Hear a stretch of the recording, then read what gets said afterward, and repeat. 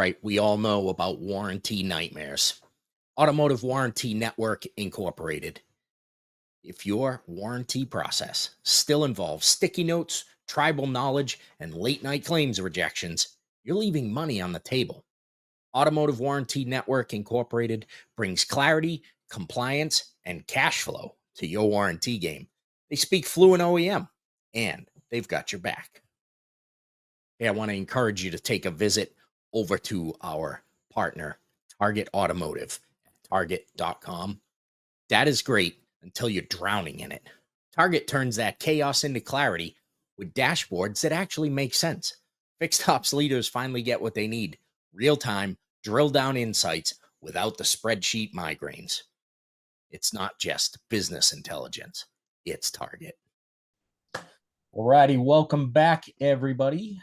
Tonight, another session from Coach Joe over here in the corner. Actually, I think if I lock this order, it leaves Joe up in the corner. That says it follows my order, so that should keep Joe up in the top corner for everybody. So tonight, Joe is gonna do something a little bit different, a little more interactive than some of the past discussions, and we're going to try to do some whiteboard stuff, some actual whiteboard stuff, not Zoom whiteboard things, and looking for your participation. And so welcome back, everybody, to another session of Fixed Ops Mastermind. A big thank you to our sponsors, UVI, Fixed Ops Marketing, Mr. Russell Hill. Thank you, sir. To Parts Edge, and to Automotive Warranty Network. So thank you to all of our sponsors, and to IntelliCheck. Sorry, we forgot a sponsor. Can't do that, David. All right. And Joe, whenever you are ready to kick us off, let's do it. Awesome. Well, first of all, thank you, everybody that have attended in the past or attending today. If you don't know me, Coach Joe, I am the Executive Vice President at Traver Connect. What we do on occasion is provide these learning and development sessions that are impactful, free, and we try to deliver something that will resonate and have you have a kind of takeaway from it. So for all of you that are in attendance, we're going to try to make this as interactive as we can. I don't have a PowerPoint. It's more of a discussion-based flow. There's going to be points where I'm going to ask you to write some things down. Later, after we're completed, I did create a handout that I sent Dave. So by the time we're done, you'll actually have a deliverable 1 or 2 page handout that you could take with you, and you can apply some of the topics we're going to talk about today. So thank you, everybody, for really joining in and participating. I'll ask you to use the chat at some point. So Dave, if we could kind of monitor the chat as well. That would be very helpful. Maybe even write these things on the whiteboard. So I want to open with the topic of the wheel and the trail. And let me start with something that's probably a little more direct. How many of you have ended a week completely exhausted, yet you haven't actually moved anything forward? Anyone? I'm in the middle of one right now. At least there's a few of you. There's a few on the call. That's good. You did the work, you checked the boxes, but something deep inside knows, hey, I didn't advance anything. I was exhaustive, but I really didn't move things forward. That's the wheel. It's constant motion, familiar rhythm, somewhat predictable exhaustion. What tonight is going to be about is an effort to connect all of these pieces into a framework that I referenced, the leadership compression curve. That's what our learning and development is about tonight. And leadership isn't about motion or speed. It's about momentum and direction. And for many of us, we look at activity as progress, but activity in itself is not progress.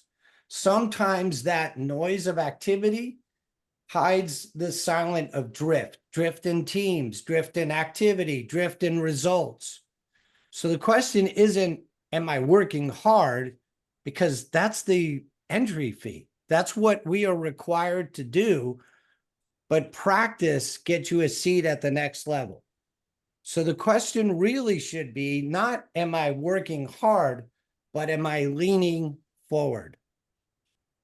Because leaders running on the wheel just burns energy. But a leader climbing the trail builds capacity. So I'm going to ask you to type in the chat trail, the word trail, if you're ready to keep climbing. Awesome. Thank you for all of you that are contributing. That's awesome. Really keeps us engaged. So the first competency is hitting the ceiling. And I'm going to put these in frameworks and then I'm going to describe them. For many of you don't know, I use a lot of science, psychology, neuroplasticity in the research that I provide during learning and development. So there's going to be some elements that might not connect initially, but the dots will connect in the end. So we're going to talk about hitting the ceiling and what does that actually mean when you hit the ceiling? It hurts. It hurts, right? Leaders don't stall though, Russell, because we're lazy, right? All right. Here's the key I want everybody to remember. We stall because we outgrew the toolkit we used that got us this far. That's the key. You outgrew that.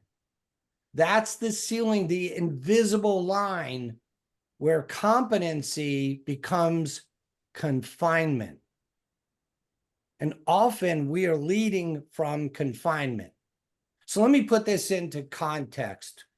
Anyone heard of the Peter Principle before? I see a few hands raised. I'll just try to describe it in general.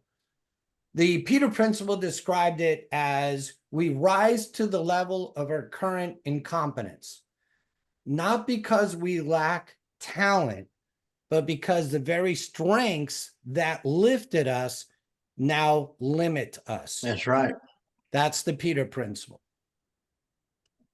See, we keep doing what worked before, even when the game changed. And that's the trap. Success creates these blind spots, these gaps and voids that we can't actually see. So I went a little bit deeper, and in part of my research, I read a study by psychologists Dunning and Kruger. They found that as people, we grow more skilled, our confidence rises faster than our competency. It feels like mastery, but it's like an insulation layer.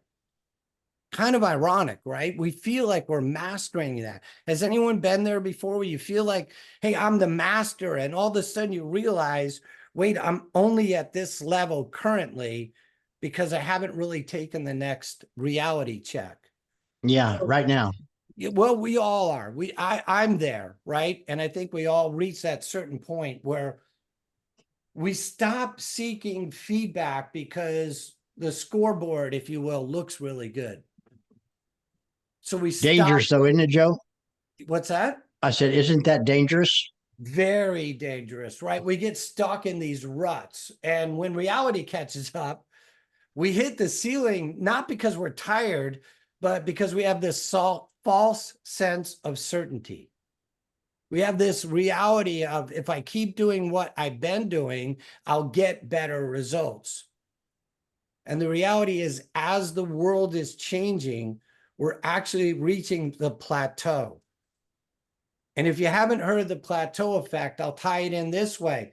The plateau effect isn't failure, it's feedback. It's your mind telling you that your brain demands new inputs. So I'm sure many of you read the research or studied the research on neuroplasticity. In simple terms, whenever we learn something new, our brain literally rewires itself. Mm-hmm.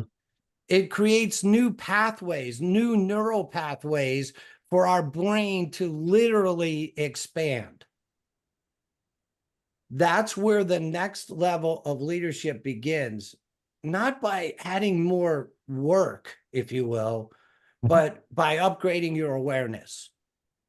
So here's my first principle, and I'll challenge you if you want to write this down. My very first principle: the moment you stop learning, your competence becomes your constraint. So I'm going to ask you to use in the chat one strength today that might now be your limitation. That's a challenge for everyone. And then Dave, if you could read one or two of the more curious ones, that would be awesome. But one strength today that might now be limiting yourself. Quick break in the action. Let's talk parts. Yeah, that corner of the dealership most people don't look at until there's a fire. Parts Edge helps you clean up that mess. Smarter inventory, better margins, and no more guessing games. It's like giving your parts manager a crystal ball, except this one actually works. Spiffy. You can manage your mobile appointments, optimize your service routes, track inventory, and process payments, all with Spiffy, and you can learn more at spiffy.com. You ever wish you could inspect every car like a tech with X-ray vision? UVI is like an MRI for your car. UVI doesn't miss a thing. Scans the tires, the underbody, body panels, and wheels for scuffs in seconds, giving your team instant, actionable intel without slowing down the lane. That's not the future. That's UVI, and it's live in stores today.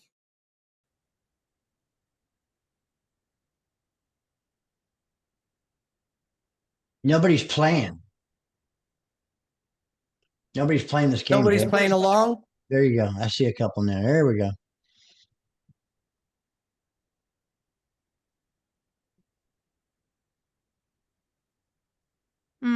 When do you start, like, the moment you stop learning your craft, right? Like if you're not like always learning. So that was that thing that just jumped to me, Joe. Joe, while people are putting stuff in the chat, I want to just really quick say something about the Dunning-Kruger effect, if you don't mind. Yes, please. So, right, because we know it's like, it's when the Dunning-Kruger effect is when you're like kind of feeling overly positive, like in an assessment in something that you're doing. So because AI is such a big thing, we have to be careful of that when we're using AI tools and we're using chats, because what's the first thing it does? Oh my gosh, Gretchen, that's such an amazing idea. That's wonderful. You're brilliant. Let's dive into that a little Of bit course more. you Want are. me to break it down for you? Right. So it's making sure that we include in our prompts and our engineering not to fall into that Dunning-Kruger effect, because after a while you're like, I am really great. Like, oh my gosh, Gemini says so. Not so much. Yeah, Not so much. that's awesome. That is such an important point. You know, I think I just heard or read, maybe you heard the same research, Gretchen, that there was a group of investment broker firms that had to cut 20 or so of their most recent hires loose because they only learned how to build strategies using AI. They graduated, they met all the standards, they were hired, they were brought into these firms, and the only connection they had was using AI to provide all the solutions. And it was a pretty massive effect. So if you haven't read that, might be a good opportunity to do that, because it does tie into what Gretchen was speaking about. Dave, any points on that in terms of one strength that might now be limiting you? Yeah, first of all, is the board correct for you guys No, now? it's backwards. It's backwards, unfortunately. That's Kyle the said- David-Kruger effect. Is what that Wait is. a minute. Wait a minute. Or whatever. Is it still backwards? Yeah. Yeah. Why does it change on my side? Okay. Maybe you're writing backwards. Maybe Don't I you know wrote how to backwards. use your toys, Dave Foy? That's Don't all you right. know how to My use your toys? dyslexia is is holding me back right now, Joe. Apparently, I'm writing backwards. So people had some of the comments. Steve wrote retirement. Mike wrote semi-retirement. Are things that are holding me back. Steve. Melissa wrote, oh, sorry, I wrote the wrong thing for Melissa. She wrote face-to-face Alicia. communication. And Kyle wrote belief in others. Steve Granger, confidence in direction. Jim overused strength ability to improvise. Yeah, that's awesome. Great feedback, Jim. Thank you. And Wendy had believing that we all have the same mindset and are moving to an improved customer experience, not just the numbers. This is no longer true. Yeah, well said. Well said. Well, thank you everybody for that feedback. I want to go on to kind of the next layer, and I'm going to integrate a portion of Jim Collins's book in this discussion. And it's part of the art of integration. And I'll kind of strategize it or put it in this context. Have you ever noticed how leadership conversations sound like an argument between two things that are good? Profit or people, structure or freedom, efficiency or empathy, results or effort. Like there's this conflict that happens. Jim Collins called that pattern out years ago as he studied more developed organizations. In his book, Built to Last, he writes about the tyranny of or. And he said it's the false choice that traps leaders into believing they got to pick one or the other, never both. But the best organizations refuse that trap. They practice what he called the genius of the and, A-N-D. They learn to hold opposing truths at the same time, to be disciplined and creative, humble and driven, profitable and purposeful. That's where leadership lives. It's in the tension, not the trade-off. And so as leaders, I'll ask you to write this one down. This is my second principle.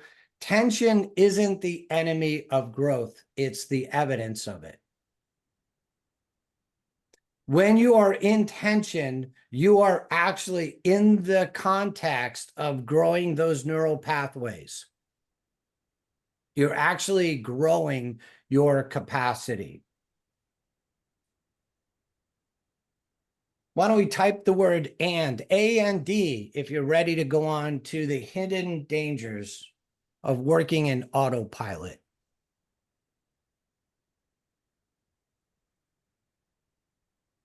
We brought this up because part of this process of understanding this structure and delivering it in a framework of the compression curve is knowing when and where we get stuck. And often as leaders, we live in autopilot. That means we do the things that come naturally. We walk into the office and never look at the trash that's next to us because our mind and our effort, our brain, our RAS gets us focused just on the thing we're trying to accomplish. Autopilot feels safe, but it's like this silent decay that starts to happen. When you stop practicing presence, that's when your life or your actions become mediocrity. It actually allows us to be complacent. So what does autopilot look like when there is no reflection? Things like endless meetings that have zero direction. Anyone been on those? I was the driver of some of those endless meetings that went nowhere, right? You think you're going somewhere, but you stop. Leaders that chase performance instead of actually developing people. That's autopilot. Here's what the neuroscience tells us. When you don't use what you learned, you lose it. Mm-hmm. You actually lose your ability to open the mental file cabinet. Many of you remember the mental file cabinet because we did a section on that in the past. But for those of you who haven't been, the mental file cabinet is what I described as all those things that you know in your brain that you have access to, but you don't know how to access it properly. That is, go into the file cabinet, find the proper drawer, open that drawer, and pull that file out and recall it. When we become complacent, we stop paying attention. So when you stop having real conversations, you lose the ability to actually lead them as a leader. So I want to give you a key takeaway, something that I learned in one of my courses with Simon Sinek, and hopefully this adds value to you. He teaches a principle called, the acronym is FBI, like the Federal Bureau of Investigation, FBI. F is feelings. So acknowledge the feelings. B is the behavior. State the behavior. And I is the impact. Share the impact. So you might say, for an example, Stephen, I understand that your feelings are that we were disconnected on this project. However, your actions, by ignoring your responsibilities, created an impact on the team where we are unable to deliver on what we promised. So now we put them all in a set of framework that we can have that more challenging conversation with a particular employee. You can do it for a lot of different methodologies, but that is the context of the FBI. So hopefully that adds value to you again. It's Joe? feelings, behavior, and impact. Okay. Acknowledge you got the it. feeling, state the behavior, and share the impact.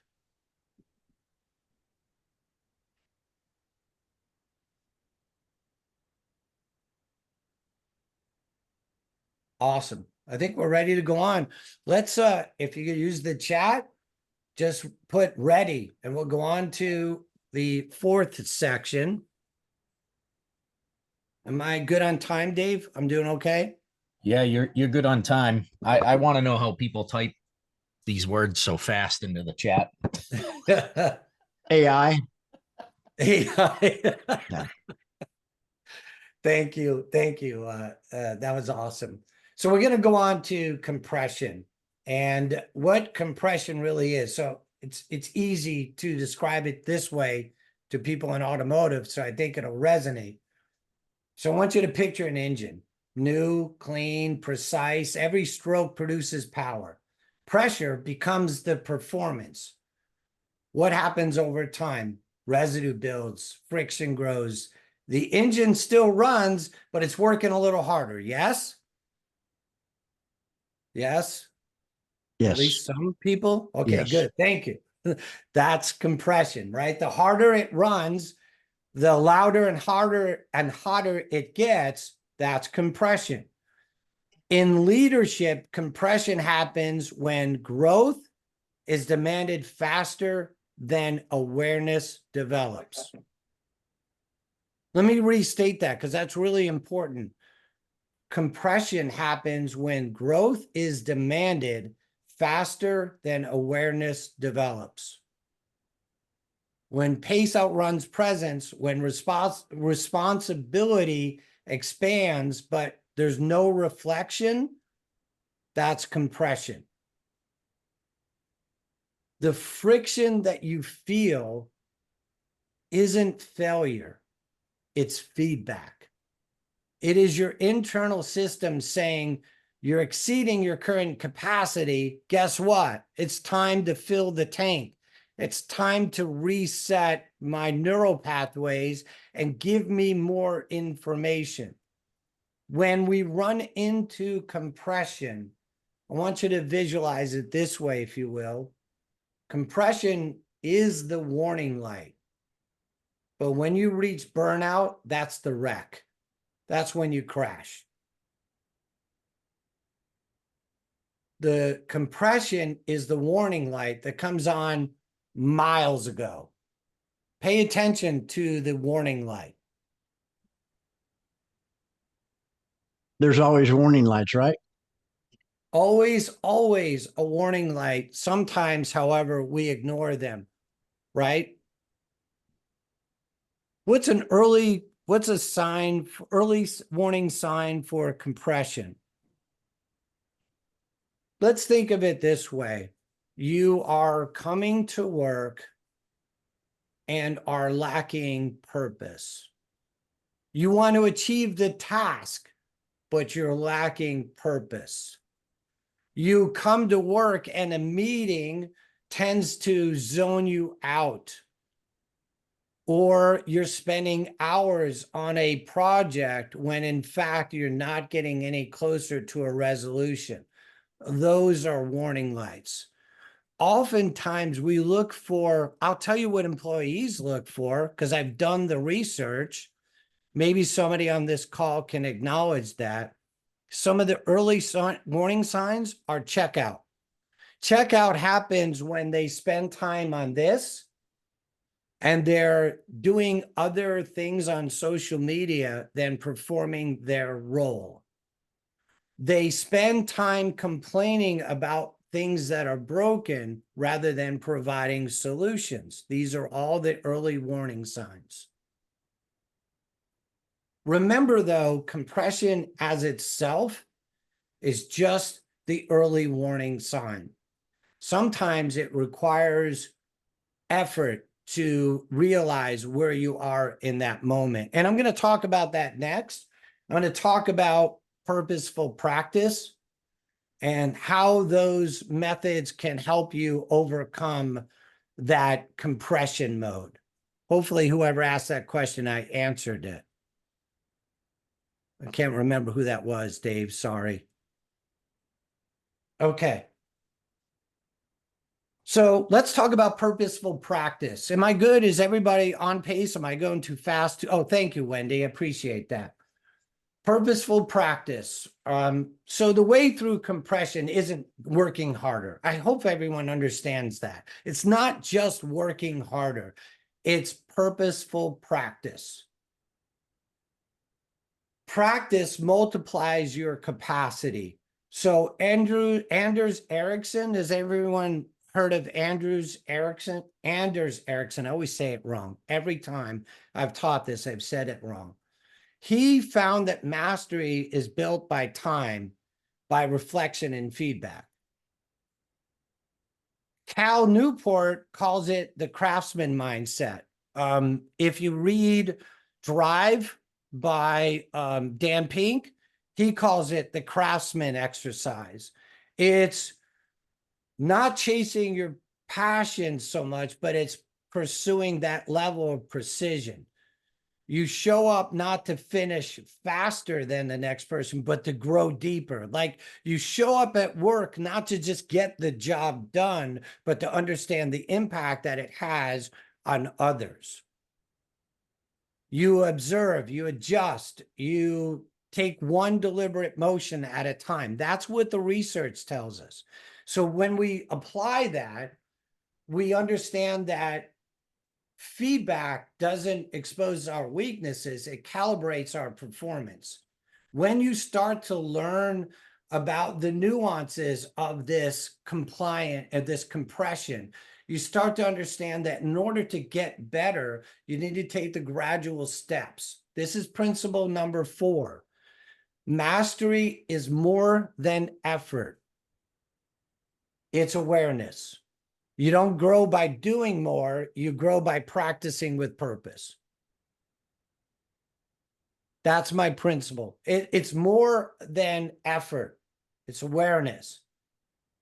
And you don't grow just by doing more every day. You grow by doing it with purpose. The more connected you are to that purpose, the better your work ethics and your structure will be, and you'll have less compression. So as a counter effect to that, I want to take this to a deeper level, if I might. I call it the mirror effect. What does your team actually feel when you stall out? Has anyone stalled out in the past as a leader? You reach the cap of your level. Yeah, if you're not being real with yourself, you're not answering. But if you're being real with yourself, you've achieved that. I've been there. And continue to chase that. What I would say to you is that your team always feels your ceiling. They might not name it, but they know it for sure. So if we think about this research, and I'll tie this in, the emotional contagion proves that your energy grows faster than your words. So when you stop leading and learning, your team then stops following and believing. When you grow, your team rises with you. It's kind of like the tide, right? As the tide comes in, everything with that tide rises. So you have to acknowledge something for a moment. In most businesses, and I'll use mine as a reference, we built a process to identify leaders who have grown too transactional to lead transformationally. When you identify that, you see it before the team has to say it. You see it through data, through observations, through their behaviors.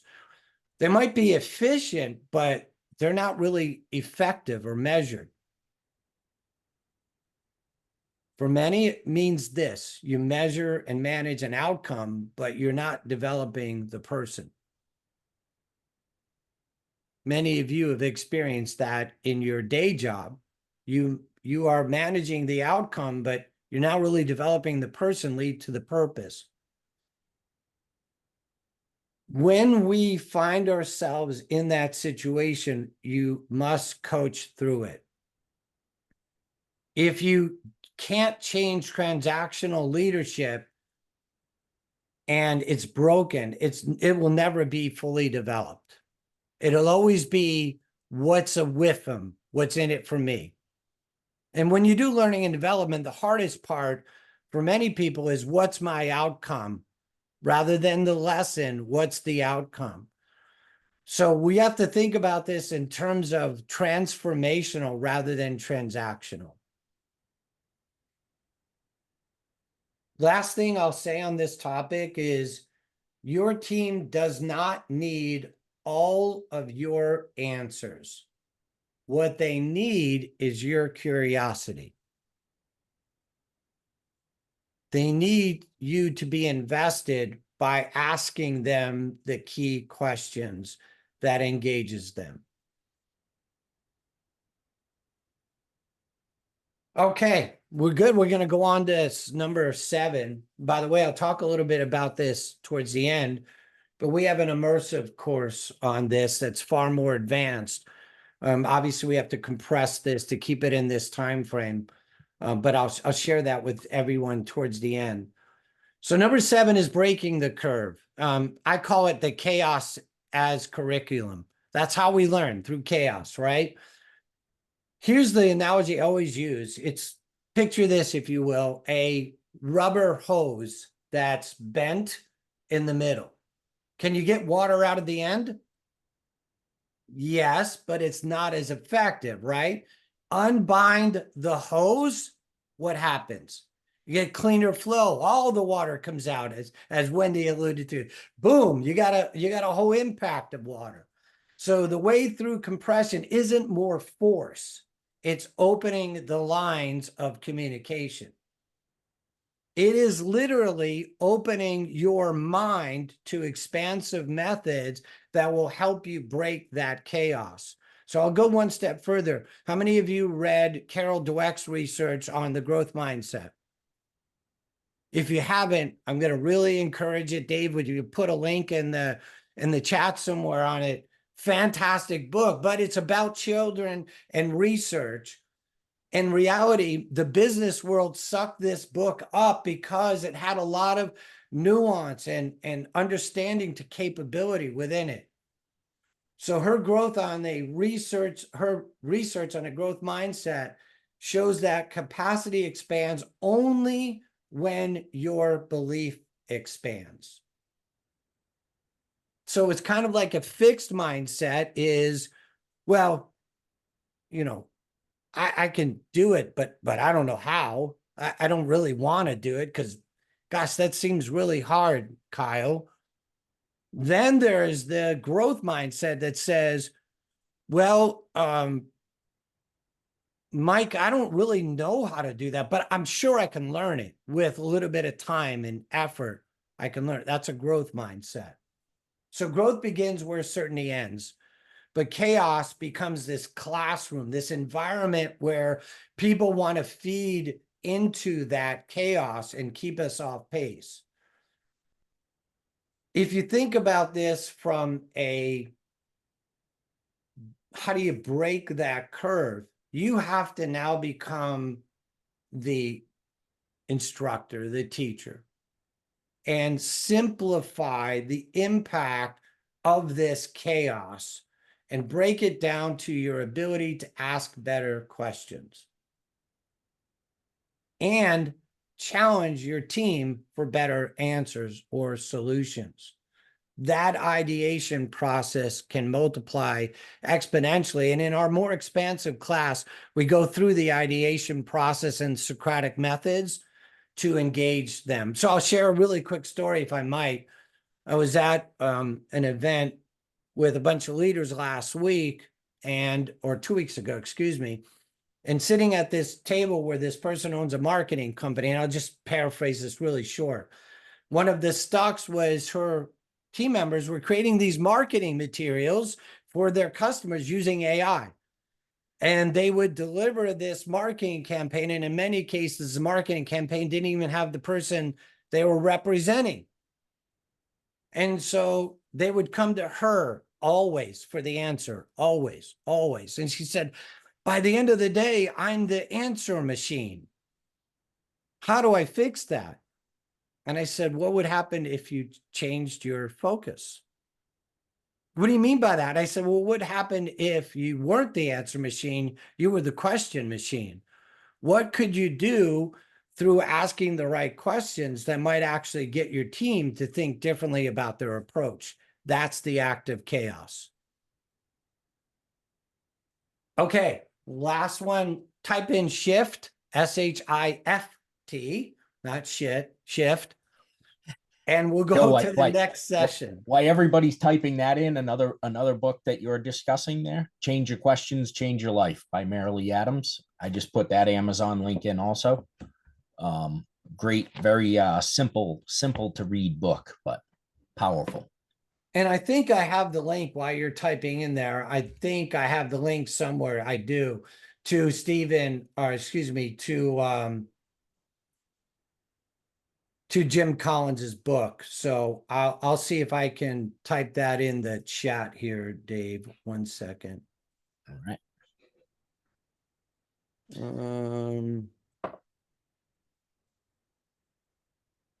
I'm going to just put the link in there.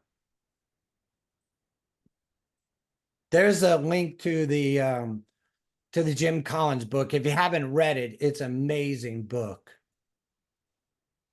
Okay, the last couple of sections here, and this will end with my 5th principle, is called the compound effect of intention. Change obviously begins with one small deliberate shift. Robert will tell you one of the things we taught from the compound effect repeatedly was the small things done repetitively, gradually over time produces the biggest difference, the biggest change. If you haven't read the compound effect, I again really encourage you to do that. So when we think about this in small, deliberate shifts, the only way to do that is to turn those individual conversations into growth conversations.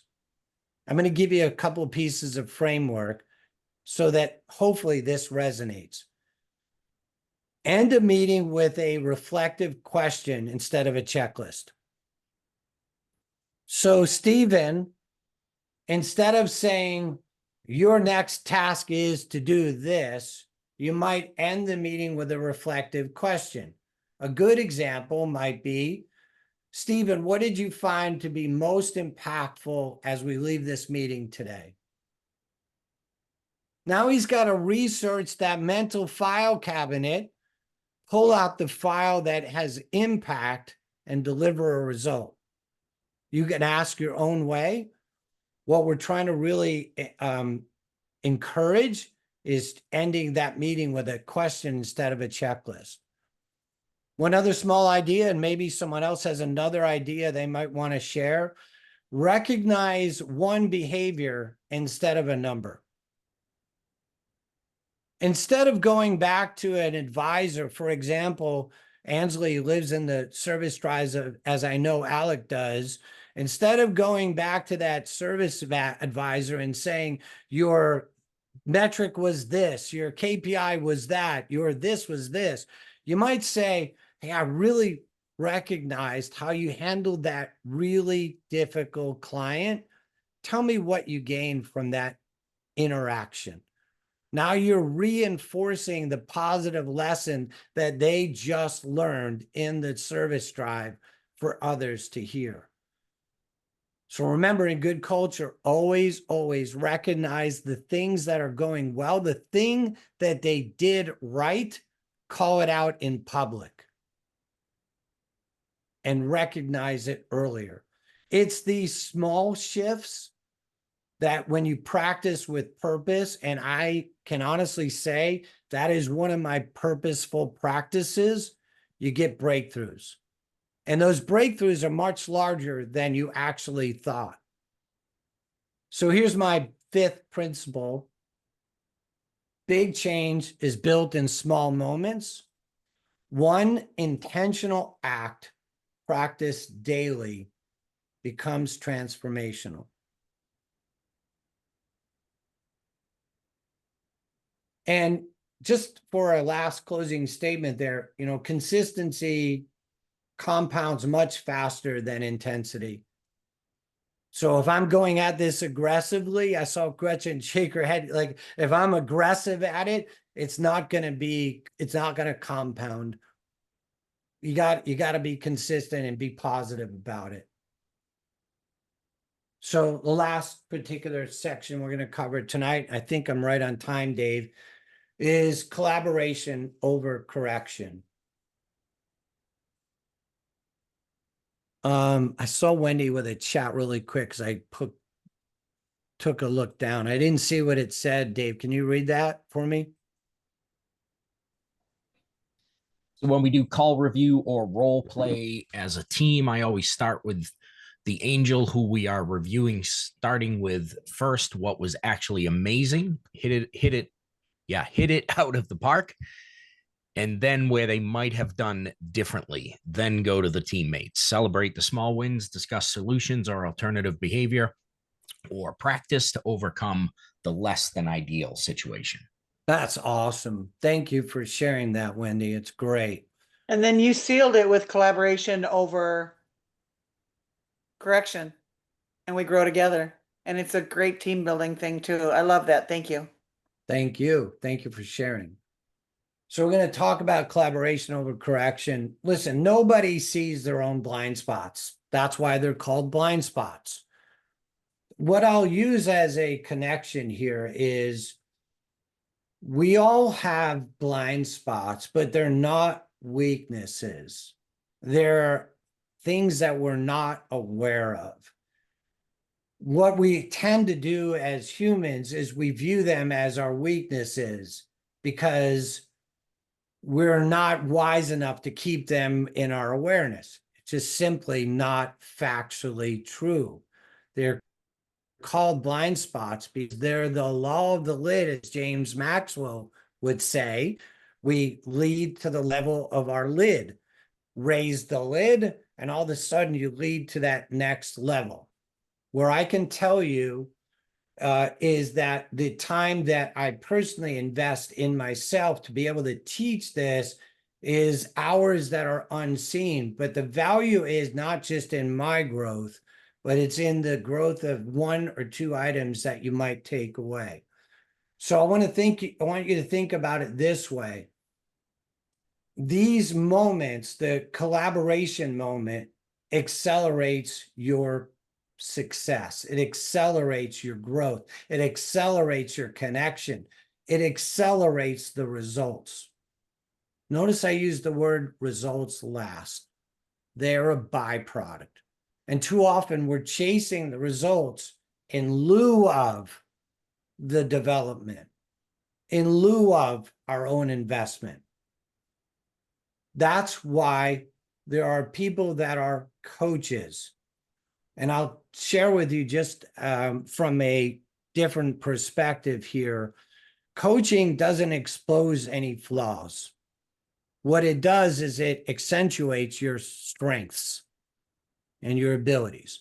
So if you don't have a coach, I would say to you as a professional, you should get one. And this is not a pitch or a plea for me. I'm saying to you that you should get one because there's immense value in having that person help add clarity or shine a spotlight on those, let's just say, blind spots. I want to go a little bit further.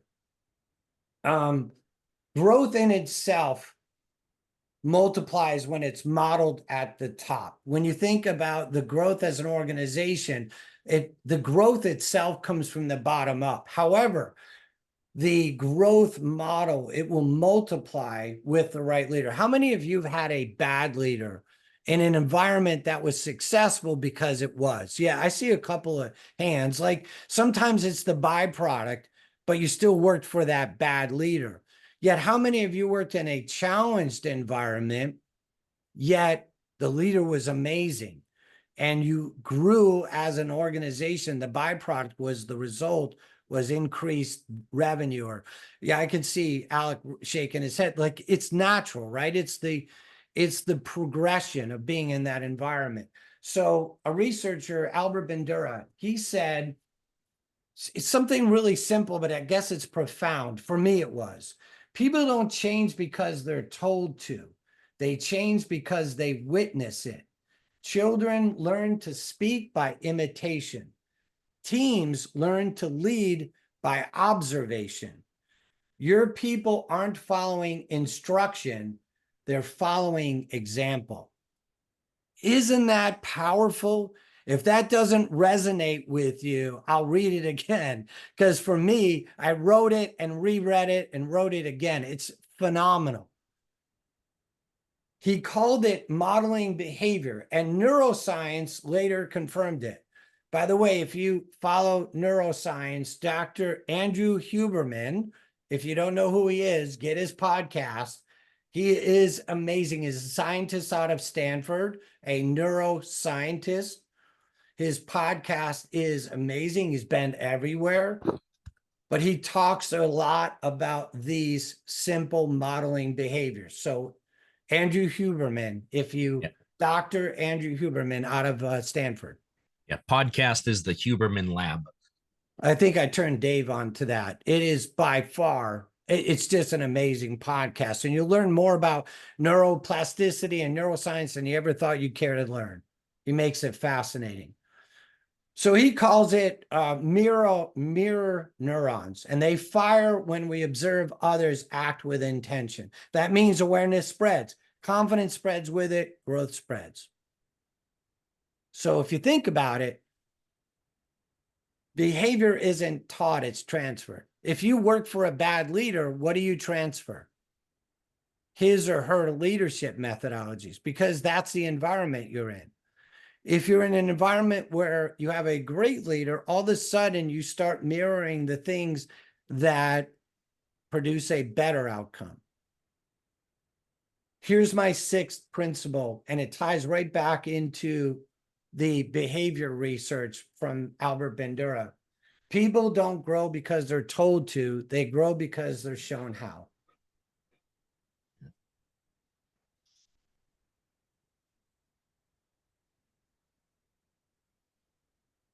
So let's bring it all together.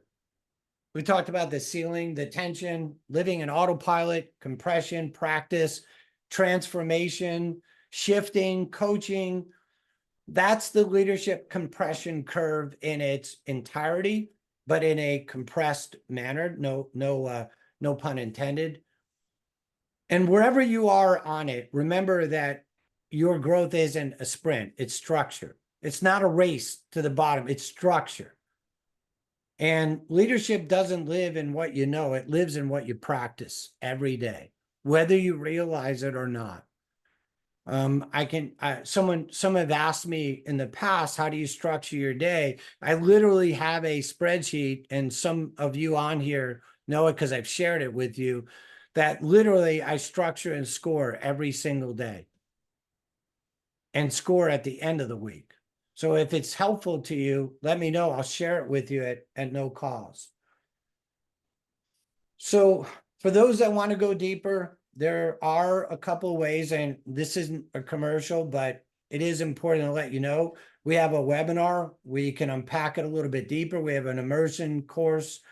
If someone wants to take it a little bit deeper, they can DM me, Dave. I don't want to make this a commercial, but there is a deeper level of this if anyone's interested.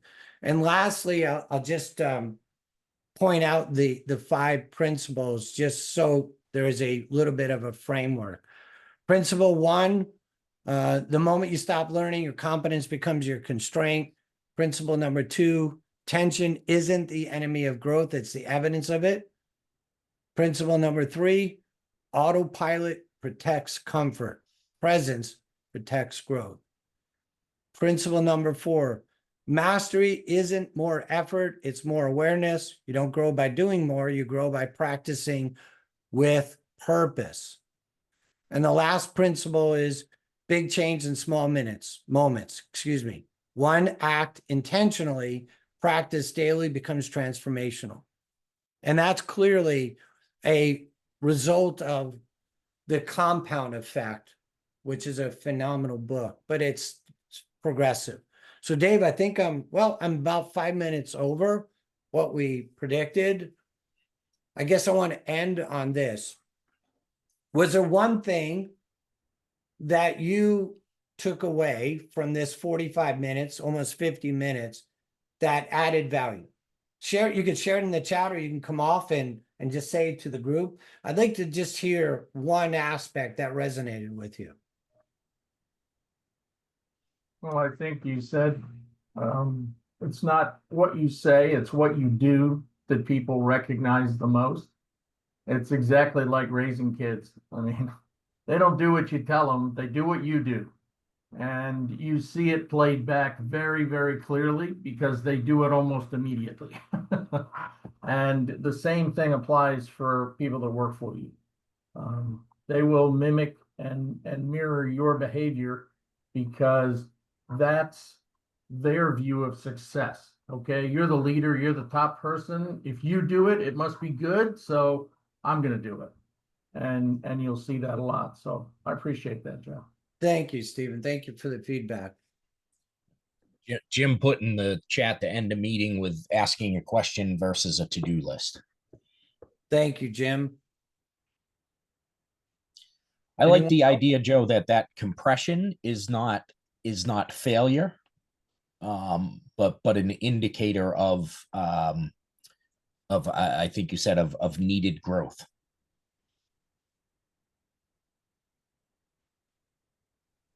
Okay, May I? please. So for me, and I believe in a lot of stuff that I think is divine intervention, and the way things all come into my mind all at divine moments and lend not clarity, but they kind of I can't think of the right word, but my English isn't that good today, so let me explain it in Greek. Just kidding. But it's kind of giving me the confidence that where the things that I'm learning from all these different leaders, like to say you need a coach, Joe, I soak up every moment I can that I can get on something for free that I know is going to be packed full of value. And I go, and even I'm one of those ridiculous ones that goes even to conventions, not for networking and planting seeds, but for the knowledge and the education, so I can remain relevant and futuristic and progressive in my knowledge of everything that's going to help me to drive traffic for whoever I'm doing it for. So that said, it kind of things like collaboration over, what did you say? Like progress over perfection, collaboration over what you said. And another thing about the answers that we seek, you guys, as leaders, they're all right here. So you talking about going into your mental filing cabinet and sparking something that's going to send you to that drawer to bring it out and be like, oh yeah, I knew this. So it's really reinforcing the things that I already believe to be true and hearing it from you and hearing the collaboration here. Collaboration is the magic. We've all got our strengths and weaknesses, and together is where we make the magic. And I think that's the future as vendors and dealers locking arms and doing all that together. So this has been a great way to solidify what's in my hand, that I'm in my head, that I'm headed in the right direction. That's awesome. Thank you for that feedback. That's Yep. so valuable. So one of the things, anybody else, I don't want to, you're welcome to add your points if you want to. If you don't, I don't want to put people on the spot. Sometimes it's not not worth doing that. So here's how we usually end these. On a scale of 1 to 10, was this a good use of your time in terms of value and value add? So 1 would be not at all. I won't take anything offensive. 10 is it met the mark for you. If you could just add your scale in there, that would be very helpful to me to know whether or not we delivered value to you.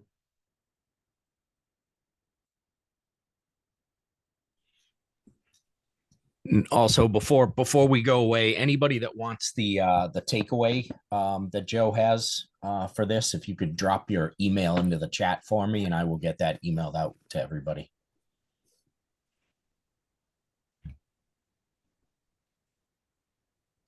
See a lot of tens and above there, Joe. Thank you for those of you that offered feedback. It's much appreciated. Coach, amazing as always. Thank you, Kyle. I look forward to every interaction with you. Anytime I see that you're going to be somewhere, the message is always received. Thank you. It's very kind of you.